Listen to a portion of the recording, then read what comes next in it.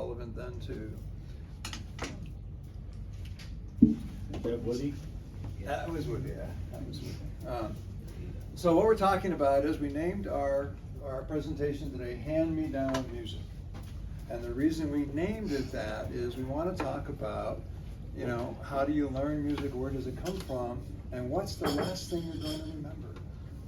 The very last thing you're going to remember is probably the first nursery rhyme you ever seen. Okay, because that's why hand-me-down music sticks with you so well. So this is up there for you to read, but because there's people in the back, I'll read it too. This is a quote from the back of this book. Now this book is called Dear Old Illinois. And I want to explain that old time music is probably the biggest genre of music you've never heard of. So this is a book of 750 tunes, all collected, that are unique to Southern Illinois. Just to Southern Illinois. And so around the table, I've put just a few other collections of material that's been written about old time music and where it comes from. Some of the volumes over there's a professor at Columbia, Mizzou in Columbia, who's written 3 big volumes just about fiddle music, just about Missouri. And each one has a CD in the back with 50 tunes on it. And it's really out there, but you have to go find it. It's not going to come to you. You're not going to hear it on Spotify. You really have to go looking for it. And the other thing about old time music is there's another volume. Oh, I have it here. This is 500 tunes. This is a fiddler. He's down in Mountain Home, Arkansas. His name is Billy Matthews. Okay, he does not write or read music, but he hired somebody to listen to all his tunes, okay, and create a book. Now he's just published his 2nd book of 500 tunes. But what's important about this, and the reason I brought it today, is in the back of this book, he lists every tune and who he learned it from and where. Okay, and that's why this book really represents what old time music is about. It's something you learn from others. Now, he doesn't mention YouTube in here. But there's a lot of it from right around here in St. Louis, you know, that he was at a party or was at some event here in St. Louis and he learned this tune. And he just has that kind of memory where he can grab these things. He's still performing. He's in his 70s and he's still performing. So imagine a time, so close your eyes. Imagine a time when there were no radios or televisions, no phonograph records, no computers. What did people especially in rural areas, do for entertainment? What did they do? Being largely self-sufficient in most other regards, they naturally made their own entertainment. 2 of the most popular activities were singing and playing music on string instruments. And that's the definition of old time music. That's really where it came from. It was brought here mostly by immigrants, but their descendants learned it from their parents, and they taught it to their kids. And just like, have you ever played the telephone game? You know, you whisper something by the time you get in, and it's a completely different story. Old time music is that way too. So it turns out to be very regional. You know, so we're going to play some tunes later that came from other parts of the country, and I never heard it before. Sure I did, I learned it, but I learned a completely different tune by that name. And so old time is a very local thing about that, okay? So I'm going to play an old time tune. And if anybody wants to pick up a rhythm instrument, they're welcome to. Yeah, we have toys around the table. It was also dance music, so they said singing and playing instruments, but dance was big too. So. Right. So this is a tune that I learned here. I learned at a jam here in St. Louis from a woman who learned it in Houston. So it came from Houston to St. Louis. But then in researching this tune for this presentation to make sure I knew more about it, I didn't realize it, but this is actually a tune that goes back to the days of slavery. It was invented by slaves and played by slaves. It was made famous in the 30s by a black guitar player who played the blues by the name of Leadbelly. Perhaps you've heard of Leadbelly, okay? And I didn't even know that he played this tune. Now the melody that I played doesn't quite fit these lyrics, That's another example of how things have changed over time. But I think these lyrics are hysterical, so we're going to put them up there anyway. So here's how the tune sounds, okay? Oops.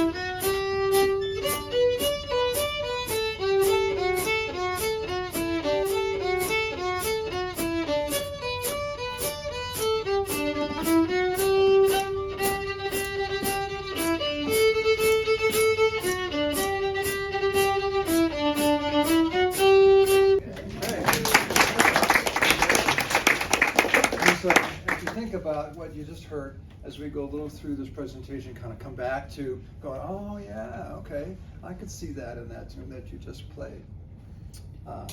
Thank you.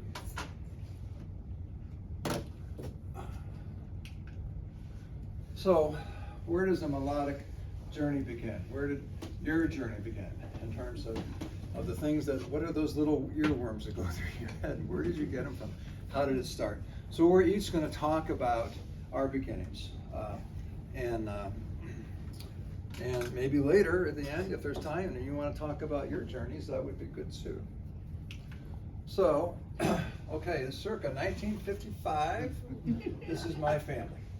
Actually, this picture can tell you a number of things about this era. So there's my dad on the piano, and this is my mom. My mom was 100% Irish. My dad is half Irish and half Dutch. And then there's 2 big kids and 3 little kids. Well, there's 2 big kids because they were born before World War II. And then my dad was drafted into the Navy, right, and served in the Pacific Theater and survived. And he came home and he had 3 more. Okay, so now we're in Chicago. That's where I grew up. Notice these great big accordions, right? Okay, well, because of what happened in Europe, many Polish people emigrated to the United States and they settled in Chicago. And by 1955, there were more Polish people in Chicago than there were in Warsaw, Poland. Wow. And they brought their music with them, and they brought their traditions with them. And they brought some really good food with them too. But accordions are what they played, and they played polkas.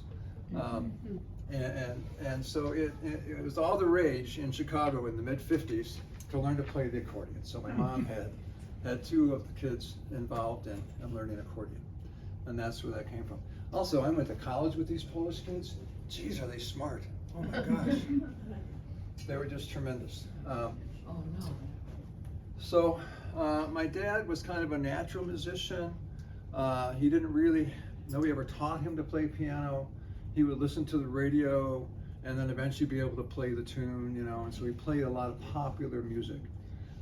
And he was invited to a lot of parties back in the 50s. We didn't, you know, we had phonograph and radio by then, but he would play dance music and he would play just all the songs around the radio that people loved. Now after the war, a lot of veterans formed drum and bugle corps. They marched in parades and did all that sort of thing, and so he learned to play an instrument, and so he played a bugle in a drum and bugle corps that organized drum and bugle corps for kids too. My brother, in this photo, I don't know, he might be 15 or 16, he became a professional musician, and in the this was the big band era, right? So by the time he was 18, he was traveling the country with the Norm Ladd dance band, an 18-piece dance band, playing in ballrooms all over the United States. And he went on up, he passed some years ago at age 72. He was a musician every day of his life. Did many things. So yes, I grew up in a musical family. This is my sister Mary Ann. She's been here twice, participating in the speaker series. She's a Catholic nun and played the accordion. My sister Nora played the accordion and was in orchestra in high school, and Marge played French horn. And then there's me. So my mom tried really hard. She had me take trombone lessons, she had me take piano lessons, she had me take upright bass lessons. All I wanted to do was go and play in the sandbox. Okay, go ride my bicycle, that's what I wanted to do. So eventually my mom moved on and said, well, Ricky, I guess that ain't happening for you. Well, she would never say ain't, but she would say Ricky. However, in midlife for me, I had a child that wanted to learn to play the violin. So we enrolled in Suzuki lessons, and Suzuki is a method that's very effective for teaching children. What I didn't realize when I signed the papers was that one of the parents goes to all the lessons with the child and comes home and practices with the child all the time. And that's the DP, right, the designated parent. So I was a designated parent, and after about 1.5 years, my child quit. And I kept going. So I got up as far as book 4 in the Suzuki method, but then I put it down for a while. But it kept calling to me from the closet. I'm like, oh, take me out of the closet. So I went and took some lessons at Music Folk, and got introduced there to a thing called contest fiddling, which used to be very, very popular. It's making a bit of a comeback now, but it was too hard for me, so I put it down again. And then Helen took me on a date one time. We went to see St. Louis Irish Arts, if you've heard of them. Right around Christmas time, they rent the Sheldon and have a big recital. And St. Louis Irish Arts teaches Irish culture and music from pre-K through high school. And the kids learn the language, they learn to dance, and they learn an instrument. And they have this amazing concert. They still have it. It's usually middle part of December. And I was blown away by these kids playing this Irish music. I just couldn't stand it. So I asked, is there anybody here that would take on an adult learner? And so one of the instructors, Kevin Buckley, who's well known in the circle of musicians here in St. Louis, said, I'll take you on, but 2 promises. One is you're going to learn by ear, and you can't cheat, because I could read music. He said, if you start reading music, I'm not going to be your instructor anymore. You have to learn by ear. Okay. And the second thing he said is, don't ever ask what key it's in. What do you mean, don't ask what key it's in? Because every music thing I encountered, the first thing you know is, what key is it, right? But his point was, eventually it made sense to me, especially because Irish music isn't in traditional keys. And when I started playing in Irish sessions, they would have a big 10-minute discussion about what key something is in, and nobody could figure it out. Because Irish music is very different. And so I did that for 2.5 years, I think. And then I discovered old time music. And old time music somehow it just speaks to me. It's like when I play the first verse of an old time tune, I can guess what the second verse is going to be. Because old time music is simple melodies. It's meant to be shared. It's meant to be learned by ear. That's how it evolved, and that's how it survived. So that's my story. Okay. Thanks. Now, before we go on to Cindy's story, I do want to show you this violin that I have back here. And I'm actually going to take it down and pass it around. Okay? Never held a violin. I want you to hold one and know what they feel like. And there's a story that goes with it, which we'll start by passing that first. I won't read the whole story with it, but this was gifted to me by a friend of the family. And she wrote me this nice little letter, which I've typed up here. And it was her grandfather's fiddle. And she talks about what he did, how he played here in the story. I really want you to read that. And then I had had it repaired. This part of the fiddle is all original, everything else has been replaced. And I had it evaluated at Jeffrey Seitz, who's a very well-known luthier and player here, here in St. Louis. And he told me that it was made in Germany in 1860, approximately, between 1860 and 1870. So it's pretty old. And before we had electronics, this is the way people would tune their instrument, tuning fork. I don't know if you'll be able to hear this or not, but you kind of get it going, and you touch it to the instrument. Oh. And then the instrument will play. That's a perfect 440 pitch, and then you would match one string to match that, and then you had to make the other strings relative to that. That's how you used to tune it. Okay. Now you can do it on this, because they have a Yeah, free now app. we'll do it very easily. So don't worry about that if That's you're all nervous right. about I just that. wanted to see that. Okay, so I'm gonna pass that around, and this is Cindy's story. Oh, there it is. Oh, yes, and Picture of the violin. I wanted to tell you that I'm not a natural storyteller like Rich is and members of my family. So I bought my dulcimer right before COVID hit, and when COVID hit, I decided I wanted to learn how to tell a story so I could carry some of my stories on, my parents' stories, out to my grandkids. And that's how, this was my homework. I made this little video. So I'm gonna go ahead and show that. And one of the songs in it is Paradise by John Prine. And when I was 13, we were on a family vacation to the Blue Ridge Mountains, and there was a man on the front porch with a guitar playing the song. And my dad explained to me what all those words meant for anybody who knows that song. And part of this video takes place in Muhlenberg County, where that song's from, so.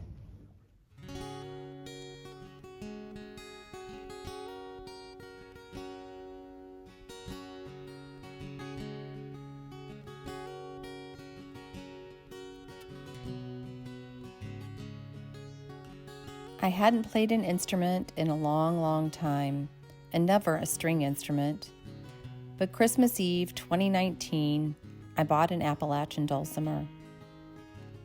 When I was 6, I fell in love with the bird from Peter and the Wolf, and spent most of my free time growing up and in college practicing scales and playing flute in the symphony. But a dulcimer? Dad flew here and there on business trips during the week as my sister and I got older, but he never missed an important moment in our lives. He tucked us in at night, the three of us, in our cozy shared bedroom when we were little, telling stories to quell our fear of who knows what. We just wanted to hear his stories. On a hot day every other August, Becky, Debbie, and I settled into the back seat of our unair-conditioned Buick Skylark, excited to sing songs and hear Dad's stories on our long drive to Kentucky Lake. About catfish the size of Volkswagens and how these catfish became so big. By hanging out where the smaller fish did near the dam built after the war when Roosevelt's New Deal gave his people jobs, electricity, and a lake to catch their dinner in. And that even then, Dad's folks' way of feeding themselves was to descend into the shaft of a coal mine, filling their lungs with black toxins, leaving loved ones at home and in school, wondering if that day would be the day the sirens rang. When we arrived to our reunion, our kin, most of whom I didn't know, were frying catfish and hush puppies, catching up on each other's lives. I didn't care much for eating catfish, but it wasn't the food we came for. We always drove the extra miles down 2-lane roads to visit Great-Grandpa Robam's grave, hearing how Papa, our grandpa, was a little boy when his dad went to meet his maker. When I was a child, my family would travel down to western Kentucky, where my parents were born. And there's a backwards old town that's often remembered so many times that my memories are worn. How Papa and his brothers decorated their dad's tombstone with the only thing they had, their marbles, and the sentiment gone but not forgotten. On the drive back home, Dad told us where his name came from, Harlan County, Kentucky, that was and is the poorest county in the country. But since Robam didn't know how to read or write, he spelled Papa's name Harlan with an O, and the name got handed down to Dad. I know now the power of these stories, the importance for Mom and Dad that as we ventured out into the world, we would know our roots and be grounded each step of the way in how we came to be who we are, and know why I reached for that mountain dulcimer. When I die, let my ashes flow down the Green River. Let my soul roll on up to the Rochester Dam. I'll be halfway to heaven with paradise waiting, just 5 miles away from wherever I am. Daddy, won't you take me back to Muhlenberg County, down by the Green River, where paradise lays? Well, I'm sorry, my son, but you're too late in asking. Mr. Peabody's coal train has hauled it away. There you go. So that's my story of how I came to this. And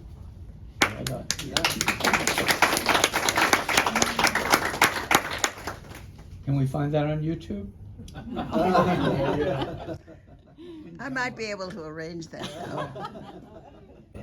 Didn't John Denver do a version? he of did a this? version of it too, and I love John Denver. A lot of people have done it, so. Yeah. Yeah, that's pretty amazing. So we'd like to talk about what really is old time music and folk music, and what are the similarities and what are distinctive about the two genres. So oral, it's an oral tradition. You know, we mentioned already that it's primarily learned through listening and imitating. So even though I spend money and buy all these books that are around here, I do that mostly for historical research. Like there's one book over there called Fiddling Joy. That's all about black musicians from the end of slavery up forward to it. And it was a very big tradition with black musicians, and quite a bit of the old time music is actually attributed to music that they wrote, as did the Cherokees and some other native Indians that were here too, picked up the fiddle and said, well, I don't know what this white man does, but I can do it better. So if you think back to the tune that I played, it was very simple. Very simple to play. It falls easily under the fingers for those of you that play violin or fiddle, and that's very typical of a fiddle tune. I can tell if a tune was written for the fiddle or not, because a lot of old time music wasn't. It was written for jugs or other types of things. But if the fingering isn't easy and flows simply, then it probably wasn't a fiddle tune originally. And it's amazing as you dig and dig and dig into old time music, you can really tell. It's also interesting when somebody who is classically trained learns of fiddle music from sheet music.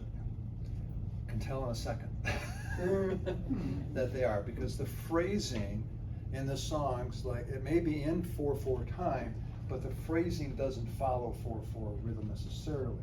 So a phrase might be 10 beats long, or 9 beats long sometimes, whereas it's written in the music as being 4 beats, 4 beats, 4 beats, 4 beats.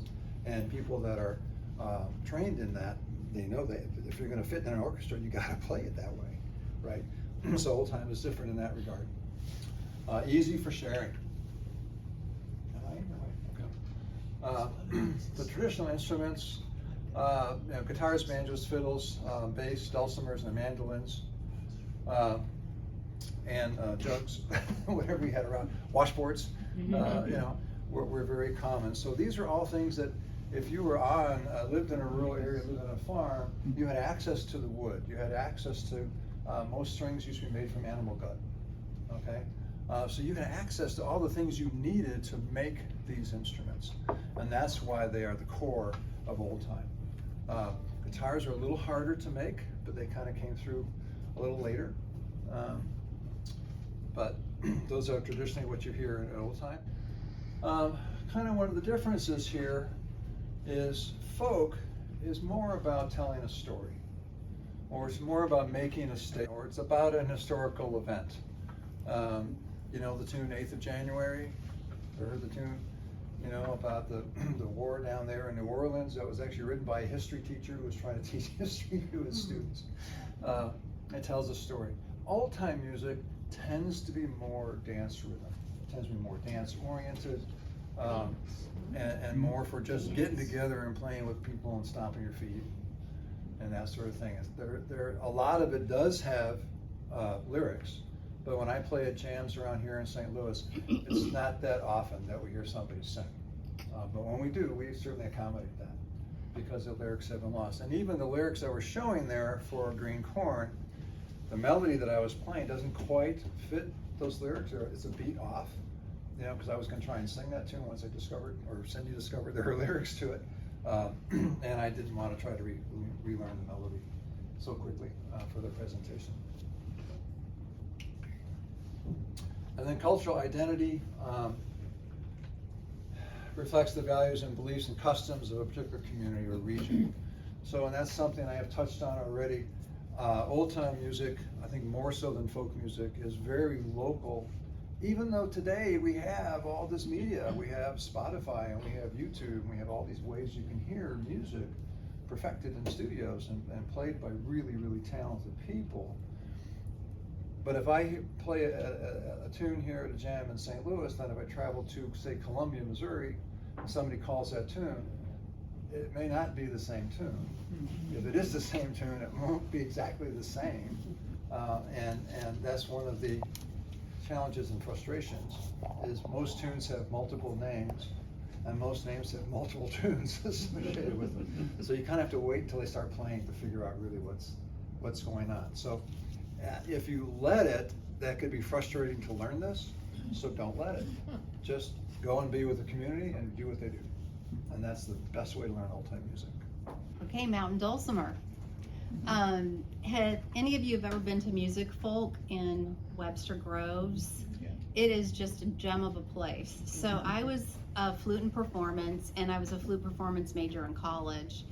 But I didn't really play music for a long time, and I just wanted something to have fun with my grandkids. So I walked in there. I was going to get an auto harp. I don't know why. I think because when I learned This Land Is Your Land with my music teacher in first grade, she'd wheel an auto harp in, and I was always mesmerized by it. And the people in Music Folk said, "Oh no, you need a mountain dulcimer." And so I walked out with one. They're really great there. And the mountain dulcimer, it's because it's very simple to play. You literally can, you know how you can paint by numbers? Well, you can do music by numbers on this. You don't have to know a note. If you can count to 4, you can play most songs. And so it's a uniquely American instrument, which is really, really cool. And it comes from the mountains of the eastern United States. German, Scotch, and Irish immigrants. And they made the instrument based on historical other instruments that have been played, like the zither and things like that. But it's uniquely American, the mountain dulcimer is. Appalachian dulcimer. Thank you. Another unique thing about it is that it only has 3 strings. And so it's just a very simple instrument. Then the top string is typically the melody string, and the other 2 string they call the droning string. You can play the mountain dulcimer a lot of different ways, but for the old time mountain music, these were more droning strings, and it brings back the sound almost of the droning of a bagpipe. Mm-hmm. So you'll hear it when I sing one of the songs, when I play one of the songs, you'll hear that. So these are the droning instruments, and then this is typically the melody instrument, the younger one, this the upper one. And they because of the droning, and really the simple ways that people played things back then, it was done in different modes, not like on a piano, the chromatic scales. And I think of modes as moods, because they kind of evoke a certain mood, and it's kind of a bittersweet mood, which I like. It's something you have to get used to, but I love it because it's like the bittersweetness of life. You know, it just all comes together in the songs. Again, you can play it in major keys. In fact, Joni Mitchell picked one up when she was getting ready to take a trip and ended up writing most of her song, the Blue Album, and played dulcimer for a lot of the songs on that album. So it's very versatile. So now I'm going to play a song on the dulcimer, and I'm going to demonstrate it 2 different ways. Again, it can be played lots of different ways. You can finger pick it, you can do all kinds of things with it. But I'm going to do the note or drone style and chord, then I'm going to play the same song in chord style. So the note or drone style is where you play the melody. And oftentimes when I'm alone, I'll just play note or drone style, and I'll just listen to it and, you know, get into it, feel the vibration of the instrument. It's just like therapy. So I do that, and they call it note or drone is because this string right here, you just slide up and down and play the melody. And then the droning ones, you're just droning them in the background. And a lot of people, you know, they worked with their hands. A lot of people had arthritis, things like that. They couldn't do a lot with their hands, and they would use a noter, which is like a dowel, a little piece of wood dowel that they chisel, and they just slide up and down. I use my finger and just slide up and down. I'm gonna do that with this. And again, I put the little dots here for 1, 2, 3, 4, so people could see that you can just do it by numbers. The frets are on here because it tells you exactly where to place your finger, so you don't have to guess, which is great. That also makes it easy. So this open is 0, this is 1, this is 2, 3, and 4. And when you slide up and down, it gives kind of a unique sound too of the dulcimer. And then you can also play it chord style. So we're gonna go ahead and I'm gonna play this song note or drone style, and then I'm gonna play it chord style and we can sing it together, okay? And most people know it or know of it, and we're gonna have the words up here. And normally I play it out here flat, but I'm gonna play it more like this, so maybe you can, I'm gonna try to play it more like this so you can see it. Kind of see how easy it is to play.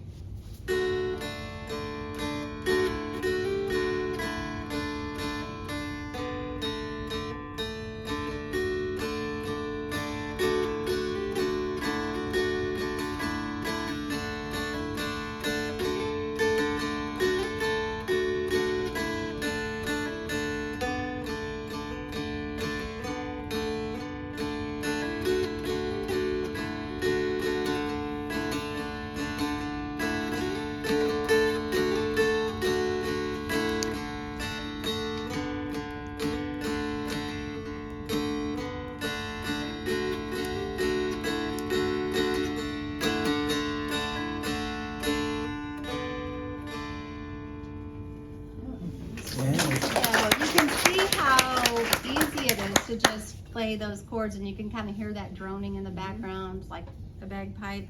It kind of slips when I'm playing it like this, so sorry about that, but I just wanted you to be able to see how easy it is to just slide up and down. Okay, now we're going to play it chord style, and with almost any old-time song or most folk songs and even most popular songs, a lot of times there are 3 chords and then variations on those. This song you can actually play everything with just open and then like this. That's it. That's all you have to know. And so that's what's so great about this instrument. You can just play songs and sing along. You can pick out almost any simple melody and play it. So I'm gonna see if everybody wants to sing along with this one, okay?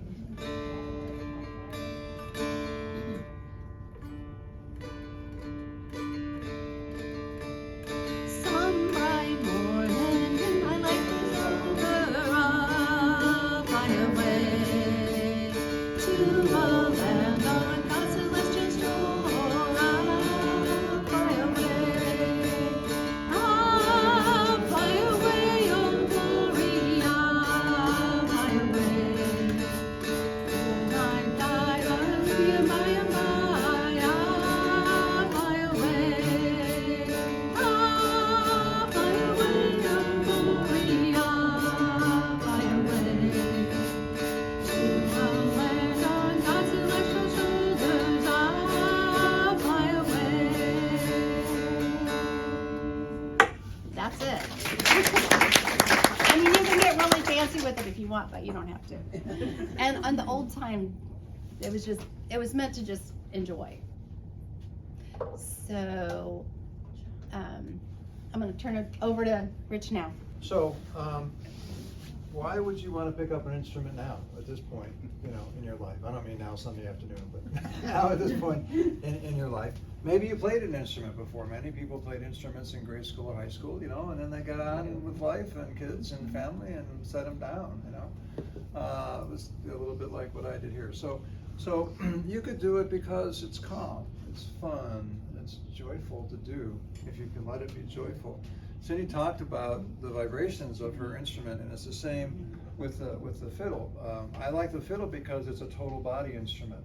You have to have your posture correct. You have to hold this up so your fingers slide this way and not that way. You have to hold it with your chin. You are feeling the instrument vibrate. You can feel it against you as you're moving. Your arm has to move very precisely, okay? And you have to vary the weight on the stick and where the stick is positioned to vary the volume. So you have a lot of control over what the instrument does, but it's all body work to do. So I've always felt that this was a part of me, or more I was a part of it, I'm not sure which way you'd want to put that. Community and family with friends. So when I started as an adult learner, I mean, yeah, you take some lessons, whether they're online or with a person, and you practice at home. But to learn music, you gotta play with others. You just have to find people to play with. That's where you really learn how it fits together and how it feels and the kind of joy that it produces. So I was having a really hard time as a 40-year-old, you know, plus I had a job and a family and all that. I couldn't find people to play with. And that went on for some time. But eventually I started a jam here at Parkway because it was so hard to find a place to go as an adult learner where people weren't saying, speed it up, or play it better, you know. Because there are people that are really good musicians, and I super respect that. And they don't necessarily want to play with people that are not such good musicians because it hurts, it kind of ruins their ear and their rhythm a little bit, and I respect that too. So I started a jam here and just made friends and said, come on over to the church, they'll let us play in the basement. And I typically get anywhere from 14 to 20 people, which is almost too much. 14 is a really good number to have. You get more than that. And we just go around a circle, we all sit facing each other, call a tune. And so if I call a tune I want to play, I'll start the tune, I'll play it. If you know it, play along. If you don't, learn it, listen, see if you can figure it out as you go. No criticism allowed. Whatever tempo somebody starts it, I insist that that's the tempo everybody play it at. If they play a wrong note, we call it jazz. It's a fun thing with, I don't play in old time jams much, but I have, and I love it because if you watch it, the person puts their foot up, that means it's the last round. Right. It is kind of fun. Yeah, because you're busy, Yeah. you know, and so that. Yeah, and if you're, you know, one of the new people, you sit towards the outside and you just watch and start to pick things up, and it's just part of the culture. Right. And actually, if you ever go to a Suzuki concert, that's how it works at a Suzuki concert. Everybody's on the stage, everybody knows the first tune, phrase one of the first book, everybody's standing. And as they progress through the tunes, if you don't know the tune, you sit down, right? It's very much like an old time jam. It really is. Good for memory and general health. I wonder, I hope that my memory is staying better because I play music. It doesn't seem like it. But then how much worse would it be if I weren't playing music and practicing every day? It'd probably be a lot worse. So I think it's pretty well recommended that learning an instrument or playing an instrument really does help memory.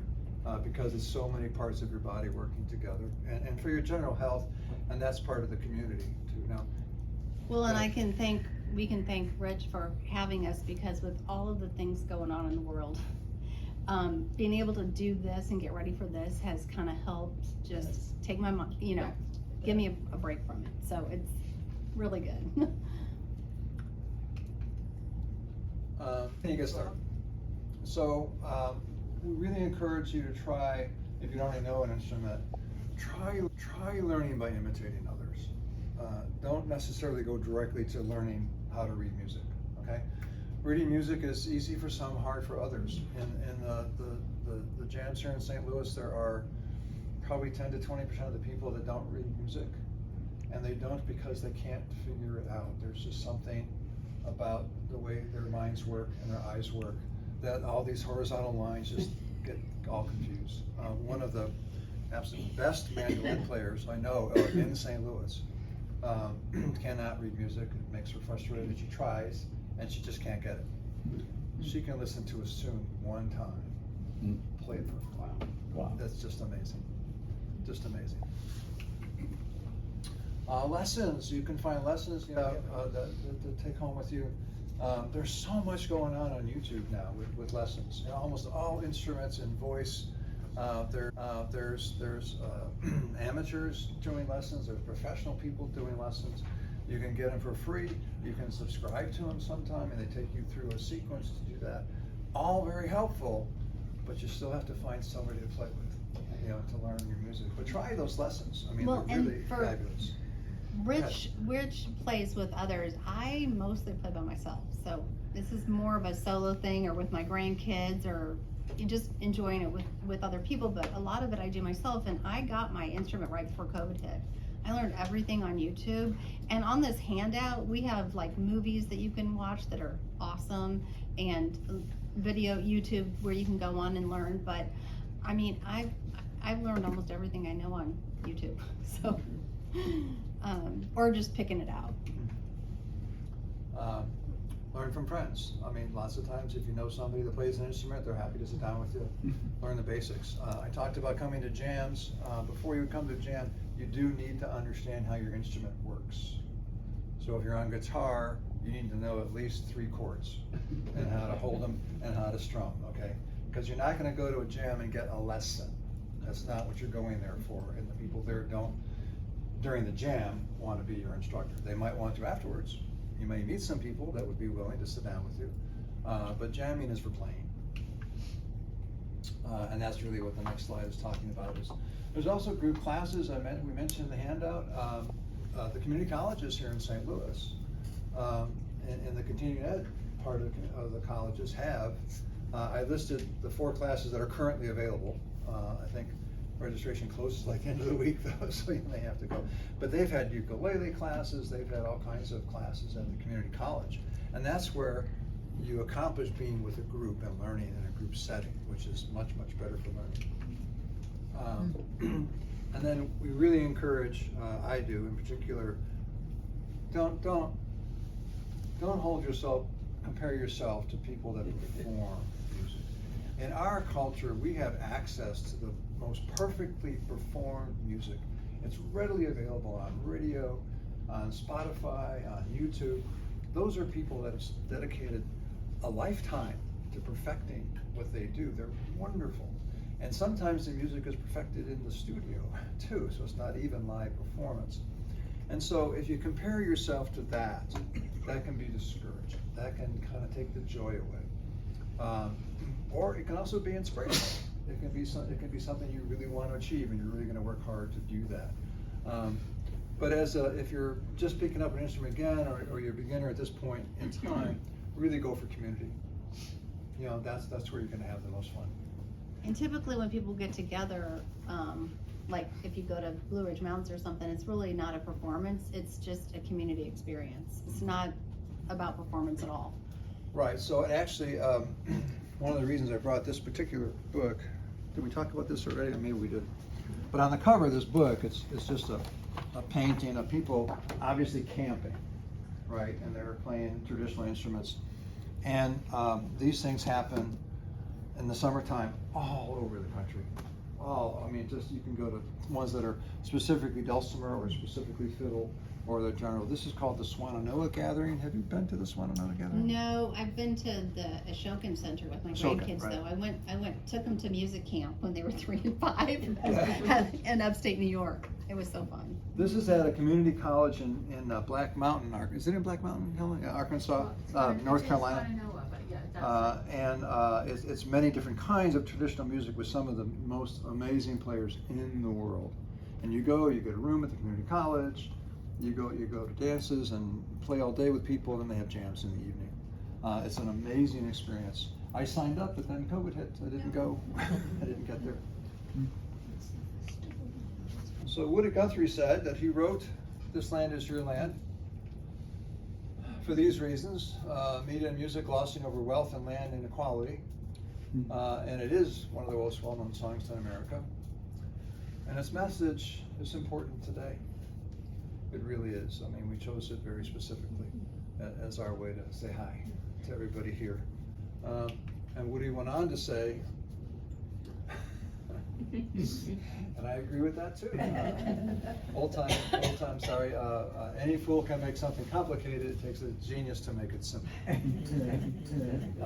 And simplicity, there's a whole lot of fun in simplicity too. Now I have a lot of respect for the complex music. I go to listen to it all the time and love it when I do. And I want to say one more thing. They do. I just want to thank Gail, who we all knew, because he loved old time music, And he was brilliant, but he saw the genius and the simplicity of it. And we got to play for his service, and it was really an honor. Yeah. Rich, did you perchance hear the last verse of This Land Is Your Land? Because it's Oh, really yeah. a protest song. Yes. Oh, it is absolutely. It is not designed for Right. runners. Right. In fact, that it's, okay. Right. There's a Woody Guthrie official website, and it has all the verses on it. Right, right. And actually on YouTube, there's a fantastic video of it being played at Obama's inauguration. And if you haven't seen that, it's a very inspiring video. And maybe this is true too, that one day we'll all find that all of our songs were just little notes in a great big song. And we think of what Kevin and our Parkway community about where we're all one big, all over the world, the animals, the earth, we're all in it together. So, yeah. Okay. So we are going to sing one more song. Are we gonna hear Helen?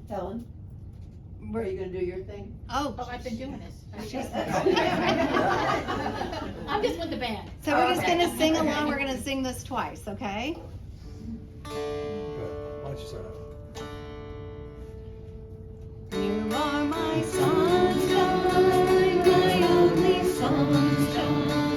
You make me happy when skies are gray.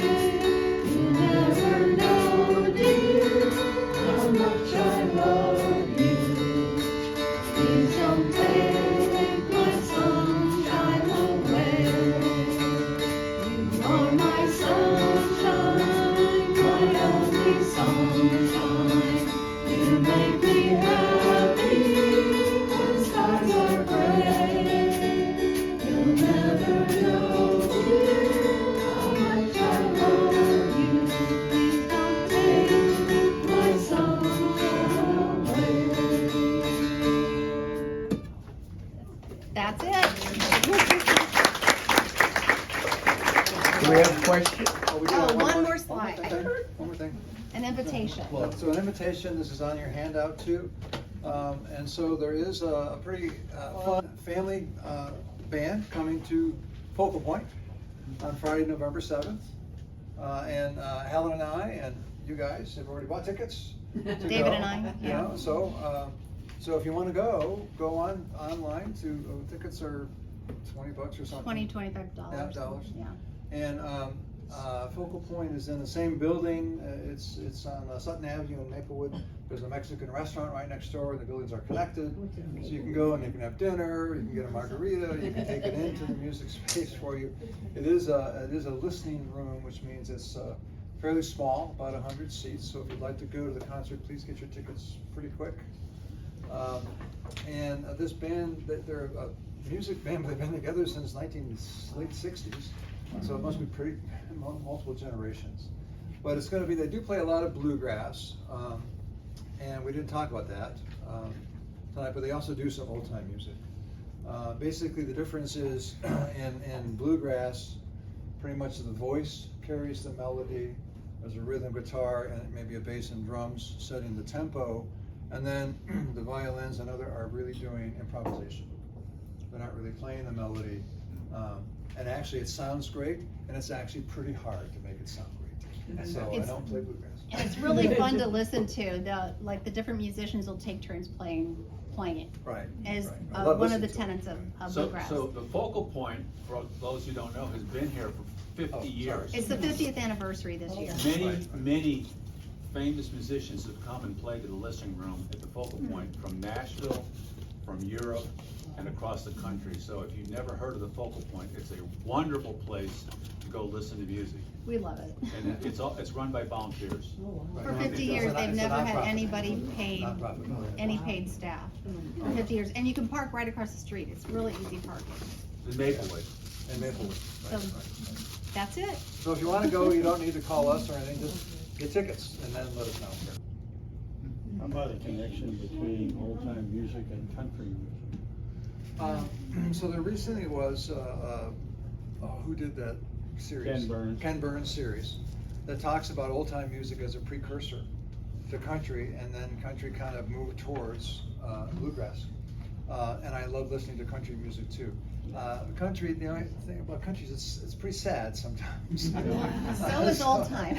So can old time be pretty sad too. If it's sadder, it impacts you more. It does. That's what I Absolutely like does about impact it. Right, right. Mm. I mean, what's so funny about old time is a lot of times it's played really fast and people flat-foot dance with it, but yet the words are sad.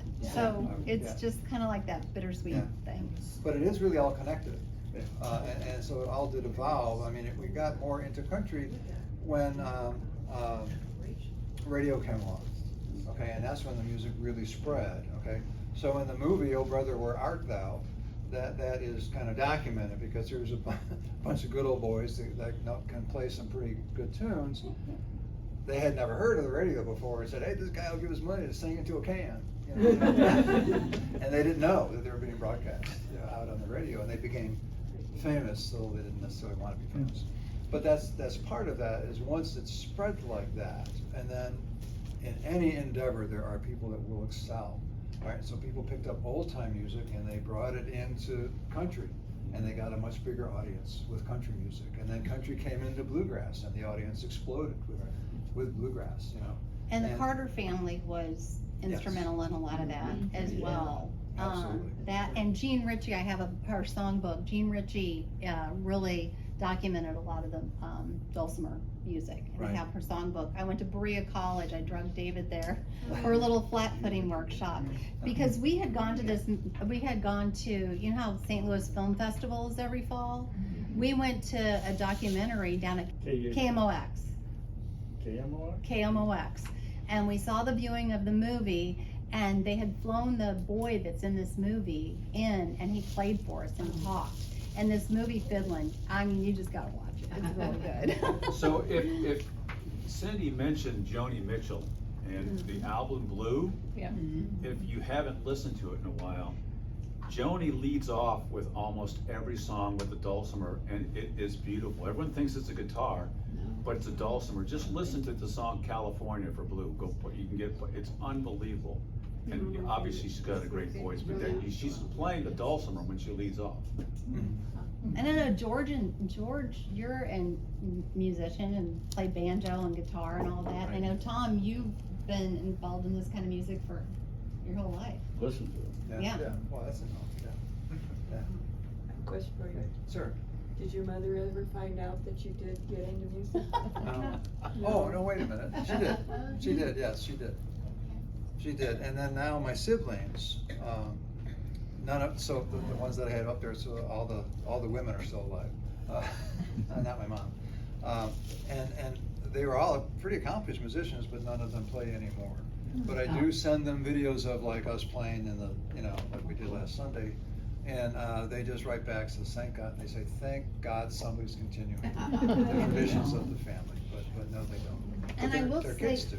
and one thing about an instrument like this too is you can take it with you easily, but I don't know, there's something about the holidays and Christmas music, even if you just play it that time of year, playing, the Christmas carols on this, it's just like awesome, so. I love the dulcimer.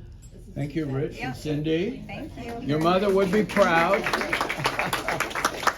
And as a gesture of her admiration and awe, there's a coffee cup. Yes, I hope it's a fiddle or a violin. I don't know. And I think you both have the same one. So. Yay! My daughter plays Thank you. fiddle. See you next time.